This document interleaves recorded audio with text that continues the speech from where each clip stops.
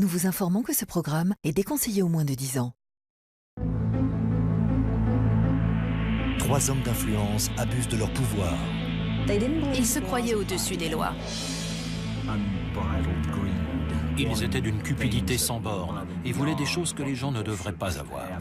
Pour bâtir un empire, Ils transportaient de la cocaïne et de la marijuana par avion entier. qu'ils vont voir s'effondrer. À la fin, ils se détestaient.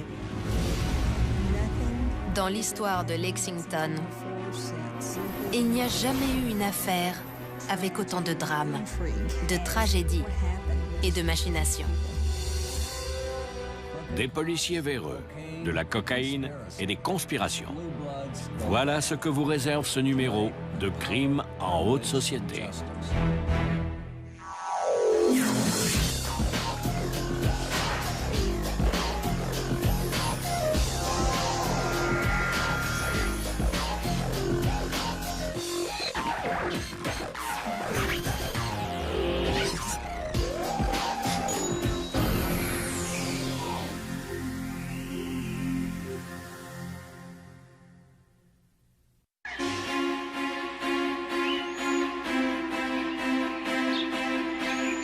Septembre 1985, Knoxville, dans le Tennessee.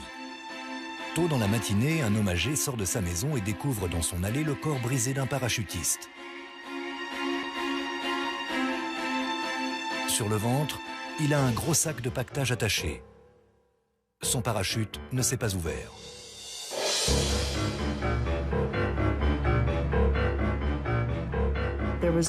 Rien n'indiquait qu'il avait tiré sur la corde pour l'ouvrir. Quand la police arrive, elle découvre dans le sac près de 35 kilos de cocaïne pour un montant d'une valeur de 15 millions de dollars.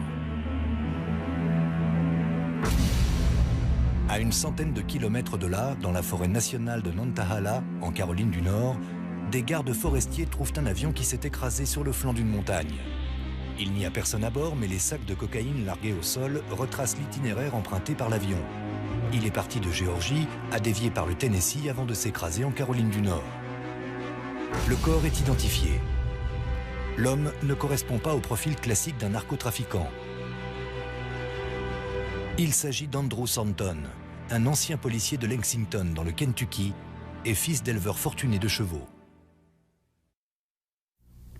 C'est un choc, mais qui n'est que la partie visible de l'iceberg. Andrew Thornton est au centre d'un réseau de corruption depuis 15 ans. Voici l'histoire violente de 3 vieux amis du Kentucky qui ont soif de pouvoir, de richesse et qui vont semer le chaos derrière eux. Andrew Thornton voit le jour en 1944 dans le Kentucky. Il grandit dans les hautes couches de la société. Ses parents possèdent un haras dans les environs de Lexington. C'était l'un des meilleurs haras. Il a joué un grand rôle dans l'élevage de chevaux. Je dirais qu'ils y ont investi beaucoup d'argent. Il était issu d'une famille privilégiée et il était du genre casse-cou. À l'âge de 14 ans, Andrew Thornton est envoyé à l'académie militaire de Sewanee dans le Tennessee, une école privée chargée de transformer des garçons de bonne famille en jeunes hommes sérieux. Il a fait la connaissance de Bradley Bryant, un autre adolescent issu d'une famille notable de Lexington. C'est le petit-fils d'un ancien maire et il a connu une enfance privilégiée. Mais à l'adolescence, la fortune de sa famille a été dilapidée. Les deux deviennent rapidement amis. Ils étaient comme des frères. Ils avaient une relation très profonde et fusionnelle. Les avis divergeaient quand il fallait désigner lequel des deux était le leader. Certains disaient que c'était Bradley le chef. D'autres disaient non, pas du tout. C'est Andrew. Après leur scolarité à Sewanee, tous deux choisissent la voie militaire. Andrew Thornton aime le danger et trouve sa place en tant que parachutiste dans l'armée. Il est blessé en République dominicaine où les troupes américaines sont envoyées pour mettre fin à un soulèvement. On lui décerne une médaille militaire et en 1965, il retourne à Lexington. Bradley Bryant s'engage dans les marines, mais ne participe à aucune bataille au cours de sa période de service. De retour à Lexington, leur amitié repart de plus belle. Les deux hommes, âgés d'environ 25 ans, se sont mariés récemment et tous deux sont pleins d'ambition. Andrew Thornton travaille au haras familial, mais cette vie est trop calme pour lui. Dans son temps libre, il s'adonne au parachutisme et il passe son brevet de pilote d'avion. Mais un besoin de changement se fait de plus en plus sentir. Sa vie lui semblait ennuyeuse comparée à son expérience de l'armée et de la guerre. À son retour, il aurait voulu qu'il y ait la guerre dans son pays. En 1968, il intègre la police de Lexington alors que celle-ci commence à faire face aux problèmes de drogue nés avec l'émergence d'une culture jeune. Si vous entriez dans la police et que vous vouliez de l'action et des sensations, c'était la brigade antidrogue qu'il fallait intégrer. Andrew Thornton est l'un des premiers policiers à se porter volontaire. Cette unité spéciale satisfait son besoin de sensations et de pouvoir. Très vite, il rencontre d'autres jeunes recrues avec le même état d'esprit que lui. Parmi elles, Henry Vance, un autre descendant d'une des familles les plus anciennes et les plus respectables de Lexington. D'honnêtes gens, travailleurs, pieux et pratiquants, avec l'esprit civique. C'étaient des citoyens parfaits, le genre de personnes que vous voulez dans votre ville. Henry Vance était un élève moyen, mais il se démarquait par son charme, son charisme et ses origines familiales. À Lexington, ce sont des atouts importants. Après l'université, il a fait du droit, mais a abandonné au bout d'un an. En 1969, c'est un homme marié qui a besoin d'un travail. Son père, qui a des relations, vient alors à sa rescousse. Son père a demandé à un ami de donner à Henry un travail. Voilà comment il est arrivé au bureau du shérif. Il se retrouve rapidement dans la nouvelle unité d'agents infiltrés, aux côtés d'Andrew Thornton. Le courant passe tout de suite entre eux. Henry avait à peu près le même caractère qu'Andrew, même si ce dernier était plus viril. C'était une relation assez étrange. C'est dans cette unité spéciale que tout a commencé. Ces deux jeunes hommes de bonne famille vont être formés à la lutte contre le trafic de drogue. Mais il ne faut pas longtemps avant que ces représentants de l'ordre décident de passer de l'autre côté de la loi pour satisfaire leurs besoins de pouvoir et d'aventure. En 1970, Andrew Thornton et Henry Vance sont des bleus dans la police. Ces jeunes hommes, nés dans des riches familles de Lexington, font partie de la première unité de lutte antidrogue de la ville.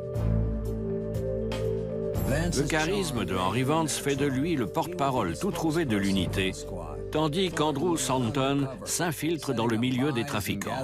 Il organise des deals et recueille des informations. Leur mission est simple, chasser la drogue de Lexington. Pour cette mission, ils ont le champ libre. La mentalité de la police à la fin des années 60 et pendant les années 70 était grandement influencée par le cinéma et la télé.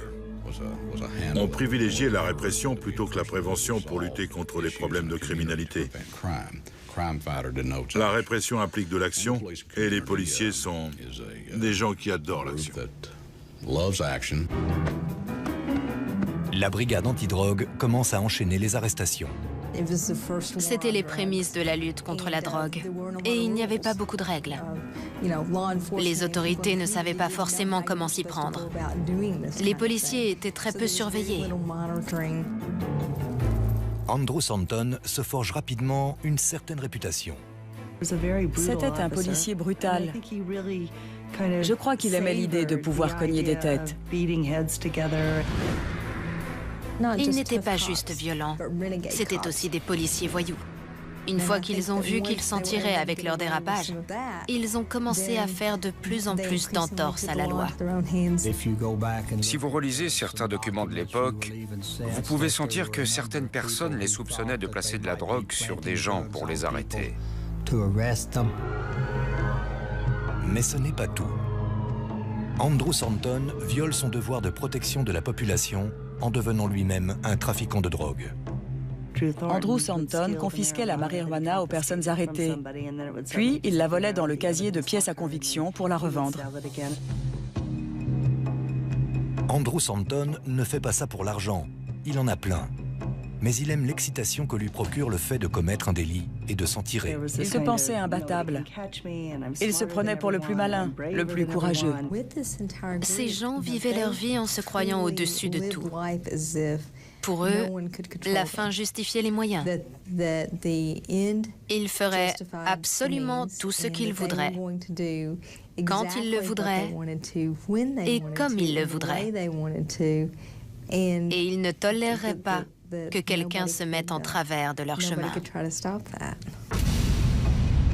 Henry Vance, le collègue d'Andrew Thornton, effectue aussi quelques reventes illégales. Mais il n'est pas aussi malin que ce dernier. En imitant la signature du shérif sur un bon de commande pour 25 revolvers, il se fait prendre. Il est renvoyé en mai 1973. Non seulement il se fait prendre pour avoir imité la signature de son supérieur, mais en plus il ment. Cela aurait mis fin à la carrière de n'importe quelle personne, mais celle de Henry Vance n'en est qu'à peine affectée. Jouant de ses relations, il trouve un poste au Capitole du Kentucky un an plus tard. Cela ne fait aucun doute que grâce à sa famille et à des connaissances haut placées, il a bénéficié d'un traitement de faveur. Pendant que Henry Vance et Andrew Thornton abusaient de leur pouvoir et de la confiance des citoyens de Lexington, Bradley Bryant, l'ancien camarade d'Andrew, était parti à l'Est pour faire fortune. Bradley Bryant est entré en relation avec un homme d'affaires de Philadelphie, un multimillionnaire. C'est comme ça qu'il a été amené à côtoyer la très haute société. Bradley Bryant habite dans une banlieue chic de Philadelphie. Il mène une vie encore plus luxueuse et opulente que celle qu'il a connue dans le passé. Avec sa femme, il se rend souvent à Las Vegas, où son beau-frère est une star des casinos. Il passe de plus en plus de temps dans la ville du péché, au milieu des flambeurs et des gangsters. C'est la vie fastueuse dont il rêvait. C'est là que Bradley Bryant s'est fait des contacts avec des gens capables d'importer de grandes quantités de toutes les drogues possibles. Marijuana, cocaïne, héroïne. Chacun de leur côté, ils entrevoient une possibilité dans l'univers du trafic de drogue. Andrew en bout de chaîne à Lexington du côté de la distribution et Bradley en fournisseur potentiel à Las Vegas. Les deux ont soif. Bradley d'argent et Andrew de risque et d'aventure. Le trafic de drogue leur offre tout cela. En 1975, les deux hommes unissent leurs forces. Ils fondent Executive Protection, une société de sécurité privée. Officiellement, c'est une compagnie en règle qui fournit des gardes du corps aux amis de Bradley Bryant à Las Vegas. L'entreprise avait pas mal de clients. Ils avaient des contacts et des contrats qui ont vite rapporté de l'argent. Mais officieusement, Executive Protection est une société écran qui leur sert à acquérir des armes pour leur trafic.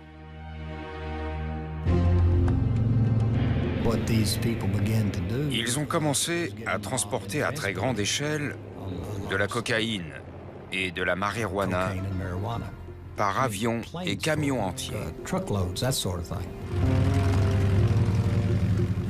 En utilisant leur société comme couverture, Bradley Bryant et Andrew Thornton commencent à mettre en place une vaste opération de trafic de drogue et d'armes qui finira par s'étendre sur 2 continents. Les tonnes de marijuana et de cocaïne importées leur rapporteront des millions de dollars. Et avec l'aide d'amis haut placés, il faudra des années avant que quiconque à Lexington ne découvre le poteau rose. En 1975, Andrew Thornton et Bradley Bryant créent la plus vaste opération de trafic de drogue dans l'histoire du Kentucky. Henry Vance, l'ancien compère d'Andrew à la brigade antidrogue, occupe maintenant un haut poste au Capitole du Kentucky. Andrew Thornton surnomme le trio la compagnie. Bradley est l'homme d'affaires. Il connaissait des gens fortunés, du monde à Vegas, des politiques. Andrew est chargé du transport et de la logistique. Il trouvait des avions, des pistes d'atterrissage pour qu'ils aient un endroit sûr au Kentucky où décharger leur cargaison. Henry Vance est au Capitole du Kentucky où il aurait vent de toute enquête éventuelle. En raison de leur passé, Andrew et Henry avaient beaucoup d'amis, non seulement à la police de Lexington, mais aussi dans d'autres administrations fédérales, et en particulier à la DEA. Leur méthode est simple. Bradley loue de petits avions par l'intermédiaire de leur société écran. Andrew atterrit en pleine nuit dans des endroits reculés du Kentucky pour rencontrer son contact.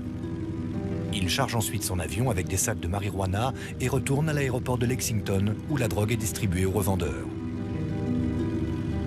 Quand l'avion atterrissait, il y avait des gens pour l'accueillir et décharger l'avion. Ils chargeaient ensuite leur camion avec la marchandise pour la transporter ailleurs. Ils avaient des mécaniciens à disposition pour la maintenance des avions. Ils pouvaient le faire sans être repérés. Aucune procédure n'était prévue pour que les employés de l'aéroport signalent à la police des atterrissages suspects. En 2 ans, la compagnie devient une entreprise de contrebande à part entière, enregistrant un bénéfice annuel de plusieurs centaines de milliers de dollars grâce à la revente de marijuana. Rappelez-vous, Andrew Thornton est flic à Lexington. Il sait comment exploiter les failles de la police sans se faire remarquer. Son seul problème, c'est qu'il ne sait pas quand s'arrêter. Il avait besoin de faire les choses en grand, d'être celui qui était au courant de tout. Il aimait les secrets. Il était aussi motivé par l'argent et le pouvoir. Et le trafic de drogue peut procurer tout ça. En janvier 1977, Andrew Thornton démissionne de la police. Sa transformation de représentant de l'ordre en narcotrafiquant est maintenant achevée. Il maintient des liens étroits avec Henry Vance, devenu assistant administratif du gouverneur du Kentucky, Julian Carroll. Henry savoure le pouvoir lié à sa fonction. C'était quelqu'un de méchant et de froid. Arrogant serait le meilleur terme pour le décrire. Et pourtant, il travaillait pour le gouverneur, le président de la Chambre des représentants. Il était bien habillé, il présentait bien jusqu'à ce qu'on discute avec lui. Il conduisait une petite décapotable de luxe grise. Il fréquentait le milieu politique. Il y avait une cruauté chez lui, mais qui ne se voyait pas en surface. Henry Vance est les yeux et les oreilles d'Andrew Thornton au bureau du gouverneur. Mais en public, il choisit d'afficher une image irréprochable. On le voit rarement avec son complice et il fait bien. Au printemps 1977, Lexington est en effervescence. Des rumeurs sur Andrew Thornton circulent. Il y est question de chantage, de contrebande et, plus inquiétant encore, de la disparition d'une jeune femme. Melanie Flynn, 24 ans, était la petite amie de Bill Cannon, un ancien collègue d'Andrew à l'unité antidrogue de Lexington, et membre de la compagnie. Un jour, elle a quitté le bureau pour une réunion de famille. Elle a pris la route principale. C'est la dernière fois qu'elle a été vue. Les enquêteurs ont tout de suite envisagé la thèse d'un acte criminel. Elle aurait pu tomber sur des informations au sujet du trafic de drogue. Et de toute évidence, quelqu'un a cherché à l'éliminer. Melanie Flynn a passé beaucoup de temps avec Andrew Thornton et ses associés. C'est assez logique de penser qu'elle a pu entendre des choses qu'elle n'aurait pas dû. On n'a pas retrouvé le corps. J'imagine qu'elle en savait trop à propos des activités d'Andrew Thornton. Elle s'est tout simplement volatilisée, ce qui ne fait que renforcer la réputation d'Andrew Thornton.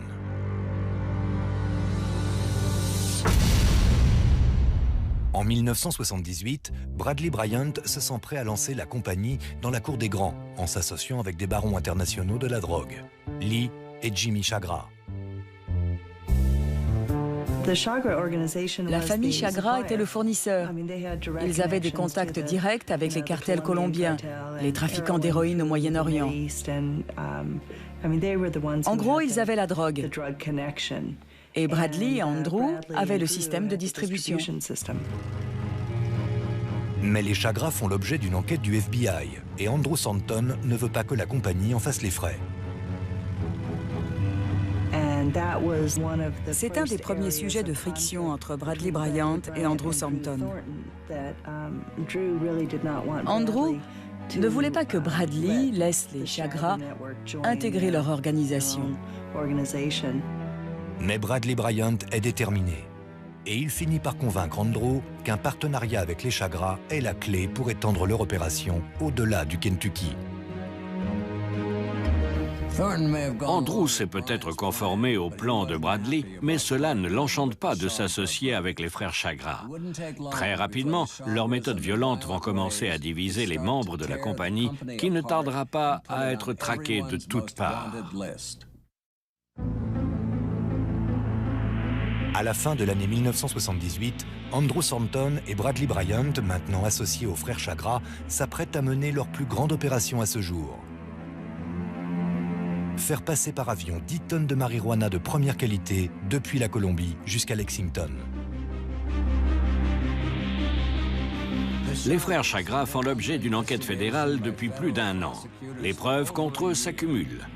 Andrew Stanton et Bradley Bryant savent que leurs associés de Las Vegas ont la réputation d'être sans pitié. Malgré ça, ils n'auraient pu prévoir la tournure des événements. Le 21 novembre 1978, des hommes armés ouvrent le feu sur James Kerr, le procureur chargé de l'enquête sur les frères Chagra, alors qu'il est dans sa voiture. Par miracle, il s'en sort indemne. Un mois plus tard, Lee Chagra est assassiné par balle dans son bureau par un agresseur inconnu. Ces attaques médiatisées ne font qu'amplifier la pression autour d'une opération de contrebande déjà risquée. Malgré les réticences d'Andrew Stanton, la compagnie décide de poursuivre ses plans. Le 10 janvier 1979, Andrew s'envole à bord d'un DC-4 pour les jungles sud-américaines. La nuit suivante, il retourne à Lexington avec 10 tonnes de marijuana d'une valeur de près de 2 millions de dollars. À l'aéroport, son équipe, sous les ordres d'un homme dénommé Mike Kelly, décharge la marchandise. Quelqu'un se charge ensuite de piloter l'avion jusqu'à un petit aérodrome aux alentours de Louisville, où il est abandonné. À l'époque, j'étais journaliste spécialisée dans les affaires policières. Et une nuit, j'ai entendu sur leur radio que les autorités fédérales avaient saisi un avion à l'aéroport de Louisville. L'appareil est enregistré au nom de Bradley Bryant. À l'intérieur, la police trouve des résidus de marijuana et elle confie le dossier à la DEA, l'administration américaine de lutte contre le trafic de drogue. Mais l'enquête tourne court. La police du Kentucky commence à soupçonner la DEA de protéger la compagnie. On était persuadé qu'Harold Brown, la personne en charge du bureau d'investigation au Kentucky, les protégeait. On a des notes de service de nos enquêteurs disant qu'à chaque fois qu'ils faisaient quelque chose, Harold Brown était derrière eux. Mais Harold Brown a réponse à tout. Il disait qu'Andrew Stanton était un informateur. Mais on se posait beaucoup de questions sur leur relation. Un mois après la saisie de l'avion, Jimmy Chagra est mis en examen pour trafic de drogue à El Paso. Le jour de l'ouverture de son procès, le juge John Wood est abattu d'une balle alors qu'il est sur le point de monter dans sa voiture. C'est devenu la plus grosse affaire criminelle aux États-Unis. Le FBI envoyait des téléx à chaque poste de police, à chaque administration du pays pour tenter de résoudre l'enquête. C'est purement sidérant. C'est la première fois en 100 ans qu'un juge fédéral est assassiné. L'escalade dans l'illégalité de l'organisation Chagra atteint un nouveau sommet et tous les regards commencent à se braquer sur leurs membres et leurs associés, la compagnie y compris. On recevait des informations sur tous les individus soupçonnés dans l'affaire. Partout dans le pays, on suivait des pistes liées de près ou de loin aux Chagras. L'inquiétude d'Andrew Thornton apparaît maintenant justifiée. Après l'assassinat du juge, la paranoïa s'est installée. Andrew savait qu'il avait eu raison de ne pas vouloir s'associer avec les Chagras. Andrew rencontre Bradley pour lui dire qu'il est temps de rompre les liens avec l'organisation Chagras. Mais à la surprise d'Andrew, Bradley lui annonce que non seulement il ne veut pas mettre fin à leur partenariat, mais qu'en plus, il a l'intention de prendre le contrôle de tout leur réseau sud-américain. Pour Andrew, c'est la goutte qui fait déborder le vase. C'est là qu'a eu lieu la rupture. Andrew est parti de son côté et Bradley a créé sa propre entreprise de trafic de drogue. Bradley Bryant ne compte pas laisser le meurtre d'un juge fédéral se mettre en travers de son chemin. Il planifie sa plus audacieuse opération. Il a un cousin qui travaille à la base navale de China Lake, en Californie, et qui détient un haut niveau d'habilitation de sécurité. À la fin de l'été, il le convainc de voler du matériel de la base, dont des lunettes de vision nocturne et 1500 munitions. Il stocke une partie des armes dans un entrepôt de Lexington et s'envole avec le reste en Colombie, où il l'échange contre de la cocaïne. Il agit désormais seul, sans le soutien d'Andrew Thornton, et sans aucun contact avec Henry Vance, occupé au Capitole du Kentucky. Devenu assistant du président de la Chambre des représentants, Henry Vance est soucieux de protéger son image de fonctionnaire dévoué. Henry Vance faisait profil bas au travail. Il était au courant de toutes leurs activités, donc il avait beaucoup à perdre. Mais Henry Vance reste un personnage arrogant et impitoyable. Quand les choses commencent à mal tourner pour ses camarades, il va chercher à sauver sa peau par tous les moyens. La compagnie s'est scindée. Bradley Bryant fait désormais cavalier seul et prévoit de se faire des millions en échangeant des armes volées contre de la cocaïne. En janvier 1980, dans un hôtel de Philadelphie, une femme de chambre sent une odeur de marijuana provenant d'une chambre. Le directeur de l'hôtel appelle la police. La police de Philadelphie est arrivée en pensant trouver de simples fumeurs de hash. Mais quand elle est entrée dans la chambre, elle a compris que c'était quelque chose d'une plus grande ampleur. La police trouve un registre avec une liste de noms et de numéros de téléphone, un appareil pour brouiller les communications téléphoniques, 25 000 $ en espèces, des armes semi-automatiques et un contrat de location d'un entrepôt à Lexington. Elle découvre que la chambre d'hôtel a été payée au nom de Bradley Bryant. Ce dernier est introuvable, mais son opération commence à aller à volo. La police finit par retrouver sa trace à l'aéroport de Philadelphie, où il est arrêté alors qu'il tente d'embarquer sur un vol en direction d'Atlanta. Ce type, pendant des années, fait passer de la drogue et des armes depuis et vers l'Amérique du Sud sans se faire prendre. Et qu'est-ce qui a tout fait capoter? Une femme de chambre. Peut-être aurait-il dû être plus généreux dans ses pourboires. Les autorités de Philadelphie remettent le contrat de location de l'entrepôt à la police de Lexington. La police a fait une descente dans l'entrepôt avec l'ATF. Ils y ont trouvé le matériel qui venait de China Lake. À l'intérieur de l'entrepôt, ils trouvent un arsenal d'armes d'une valeur de 250 000 $, dont une mitrailleuse calibre 50 et 21 pistolets à impulsion électrique.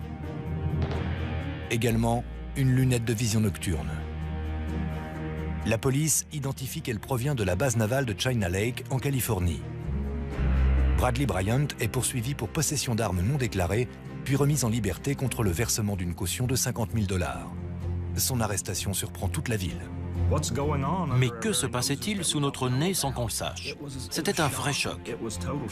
Si un truc de ce genre pouvait arriver à Lexington, qu'est-ce que c'était dans le reste du monde?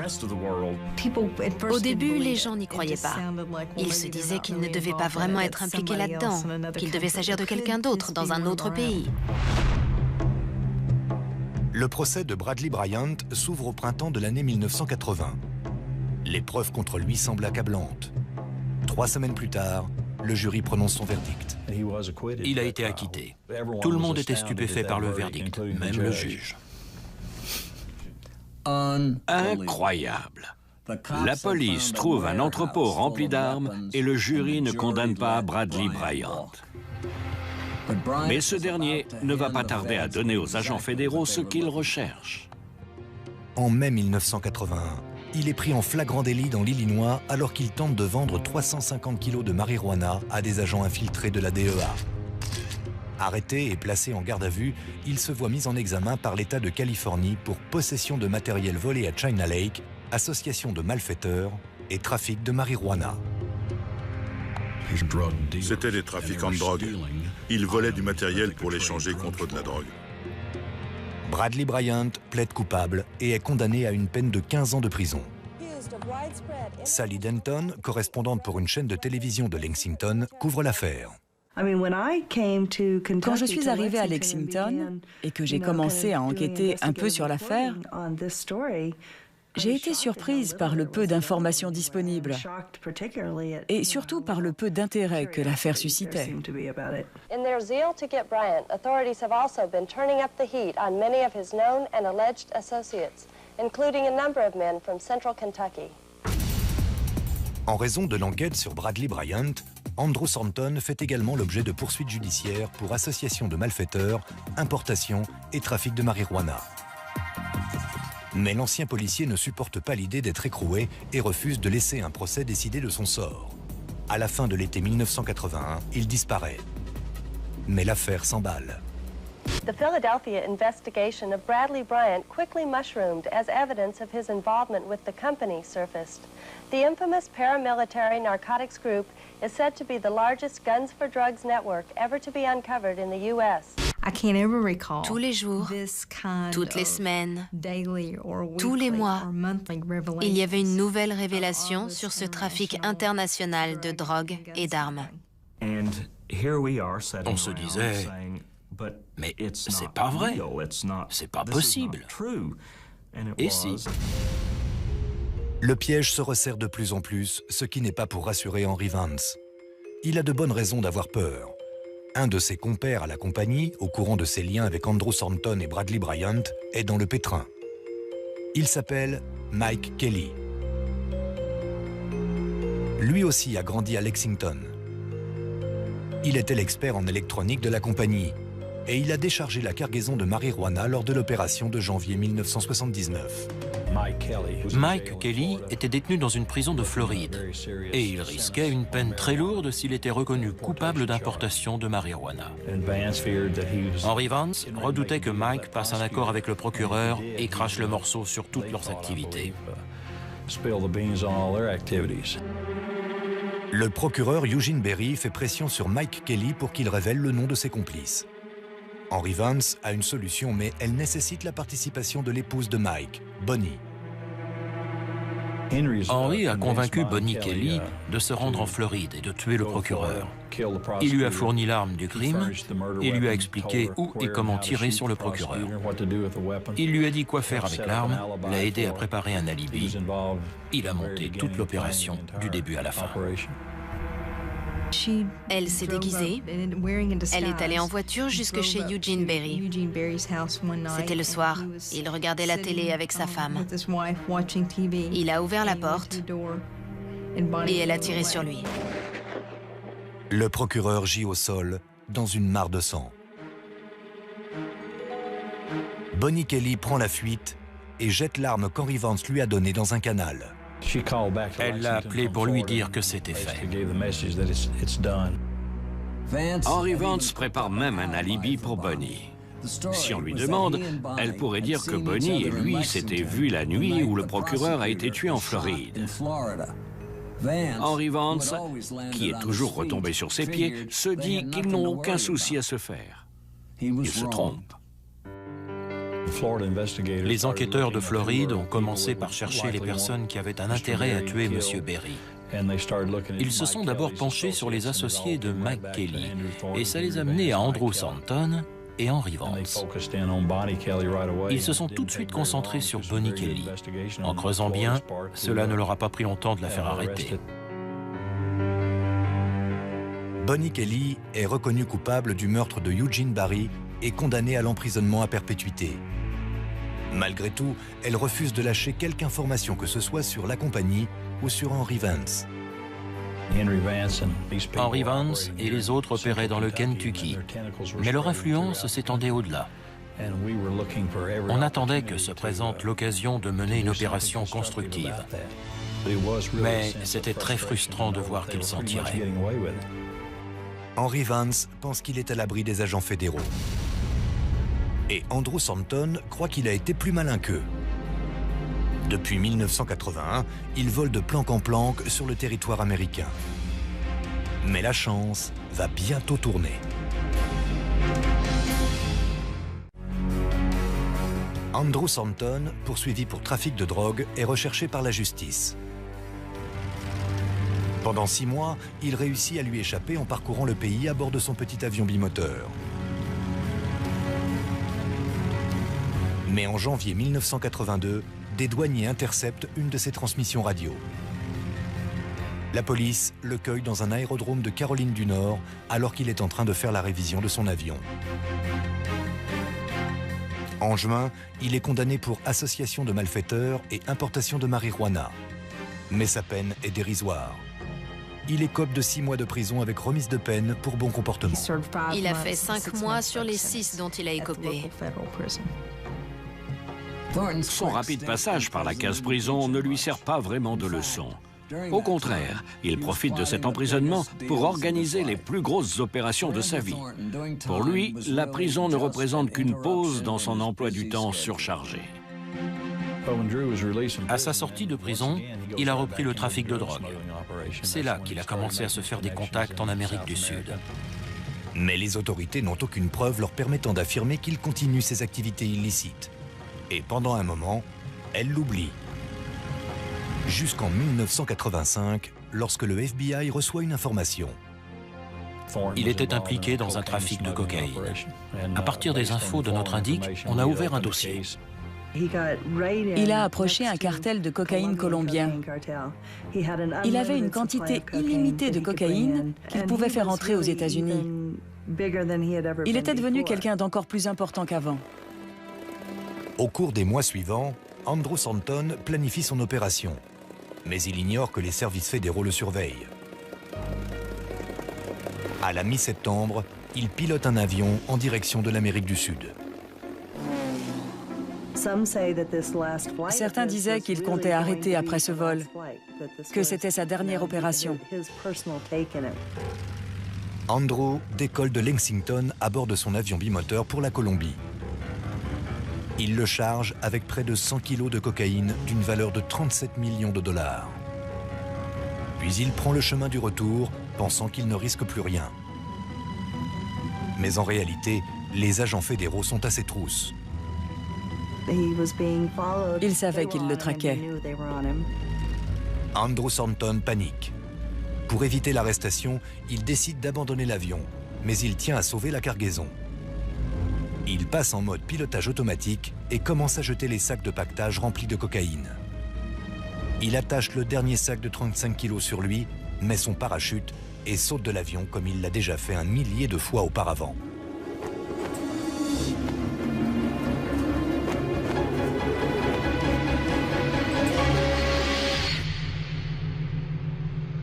Son corps est découvert le lendemain matin dans le Tennessee.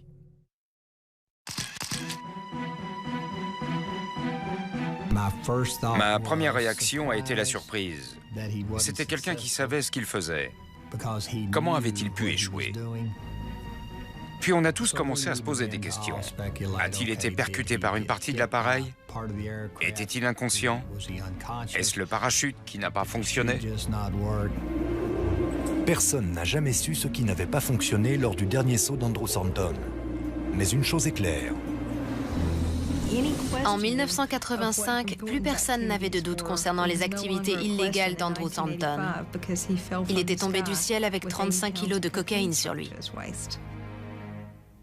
Andrew Stanton est maintenant mort. Bradley Bryant est en prison. La compagnie n'existe plus. Mais pour Henry Vance, le dernier membre du trio, l'histoire n'est pas encore terminée. Décembre 1986. Bonnie Kelly est en prison pour le meurtre de Eugene Barry. L'agent du FBI, Jim Huggins, soupçonne Henry Vance d'avoir commandité cet assassinat et d'avoir fourni l'arme du crime. Le délai de prescription de 5 ans se termine dans quelques semaines. Henry Vance, sous son masque de fonctionnaire dévoué, pourrait bien s'en tirer.